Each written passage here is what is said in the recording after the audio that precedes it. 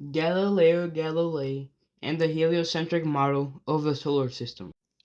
Before Galileo, we today know that the sun is the center of our solar system. But back then, for a long time, unlike us today, people then believed that the earth was the center of the universe. And they thought that everything, all the planets and the stars, had to orbit the earth in perfect circles. Those beliefs became known as the geocentric theory. Why geocentrism? The theory was widely accepted for lots of reasons. One, it didn't seem logical for them that the Earth, being such a giant and heavy object, could move around at all. Also, from our Earthbound perspective, everything seemed to move around the Earth. This is a basic model of the geocentric system, with the Earth in the center with the planets and the Sun orbiting around it. And finally, people thought that no planet or star could revolve around another planet or star. Everything had to revolve around the Earth. But there were a lot of observations made by people like Galileo Galilei that contradicted the geocentric theory.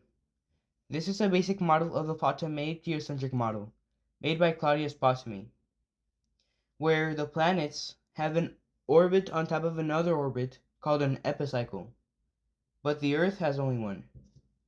This was made to account for distances that didn't match up with the planets having only one perfect orbit. Who was Galileo? Galileo Galilei was born in the year of 1564 in Pisa, Italy.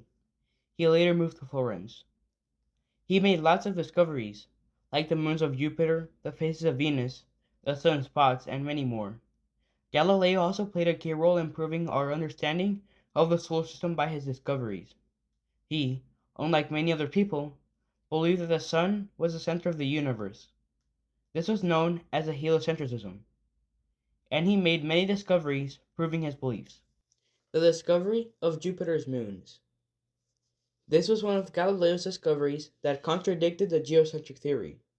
When Galileo used his new and improved telescope to look at Jupiter, he saw four white fuzzy dots around Jupiter. These were its moons: Io, Europa, Ganymede, and Callisto. This contradicted the geocentric idea that no celestial body could orbit another one, and all of them had to orbit the Earth. The sun's spots. Galileo used a helioscope made by Benedetto Castelli, which is a special telescope used to look at the sun safely. It worked like a projector projecting on a sheet of paper, so that Galileo could then trace the shadows being projected. Even though he wasn't the first one to discover this theory did help him in disproving one of the geocentric ideas, that was that the planets and the stars had to look perfect. The phases of Venus. Galileo also found out with his new telescope that Venus has phases, just like our moon. But geocentric models couldn't explain the different phases of Venus. They would always have a difference that didn't match up with the observed phases of Venus. It looked like Venus orbited the sun. This helped Galileo even more by supporting his heliocentric idea of all the planets orbiting the sun. On the left is how Venus's phases will look with the Ptolemaic geocentric model. On the right is the phases that were observed matching the heliocentric theory. Galileo's opposition.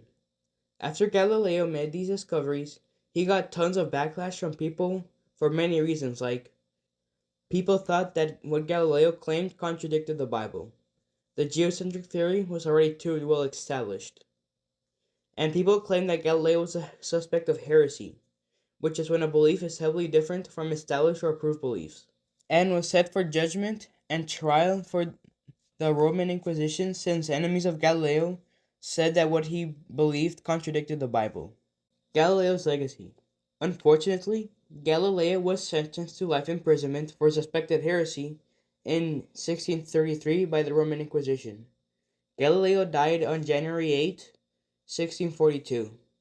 Even though the sun is just the center of our solar system and not the universe, his discoveries have helped us know more about our universe. And he didn't only contribute to the heliocentric model of the solar system, but he also invented the refractor telescope, the moon's topography, and much more. See you next time.